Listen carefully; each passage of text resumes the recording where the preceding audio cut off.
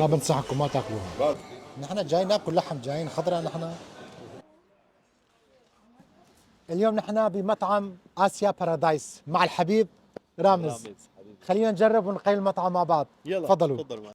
المطعم كتير كبير ونظيف وعبارة عن بوفيه مفتوح بس ب 12 يورو 90 سنت. هذا قسم الرز والنودلز والسمك، وهذا قسم الزوزات والبومز وكل شي مقلي بالزيت من كريسبي وشغلات تانية. وهي مجموعة من الأطباق الرئيسية من روبيان، دجاج، لحم وفطر، في كتير أنواع من الأطباق الرئيسية. وهذا هو قسم السوشي بالإضافة إلى الخضار. وهاي الوايت شوكليت والدارك شوكليت. والبوفيه فيه مجموعة من الفواكه، الجيلاتين، بالإضافة إلى الكيك والدوناتس، وأخيرا الآيس كريم. شو كمان؟ يلا نجربها.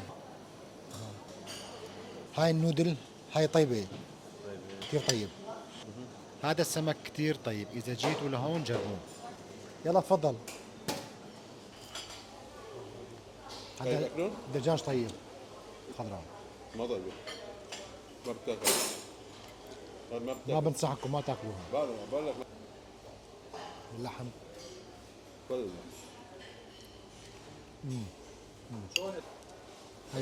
هاي بتشيلها هيك. طيب كيف؟ النودل خلاص بحكي. وحدة، هاي اثنين، هدول الجوانح كمان، وهاي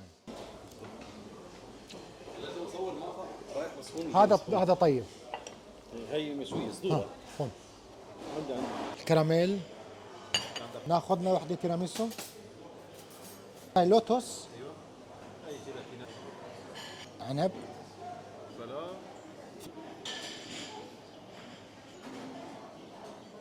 خالصين؟ لا لسه. تعال بتجيب هاي تمام؟ هاي شوي. شو رايك؟ هاي التيراميسو.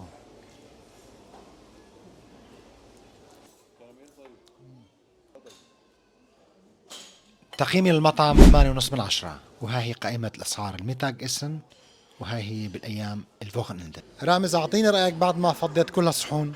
اول شيء استاذ جوران، الاكل جدا رائع رائع فوق ما تتصور، من كل النواحي، من الحلو للحم للدجاج. انا بطبيعتي بحب الاكل الشرقي بشكل عام. الاكل الاسيوي جدا رائع، النودلز، طريقه الصوصات اللي بحطوها جدا رائعه. يعني قد ايه بتقيم هذا المطعم؟ انا ما بدي اقول لك 10 من 10، 9 من 10. من 10 الواحد بالمية هي الناقصه، لانه ما في محل. تاكل ما بتشبع. الله يسعدك.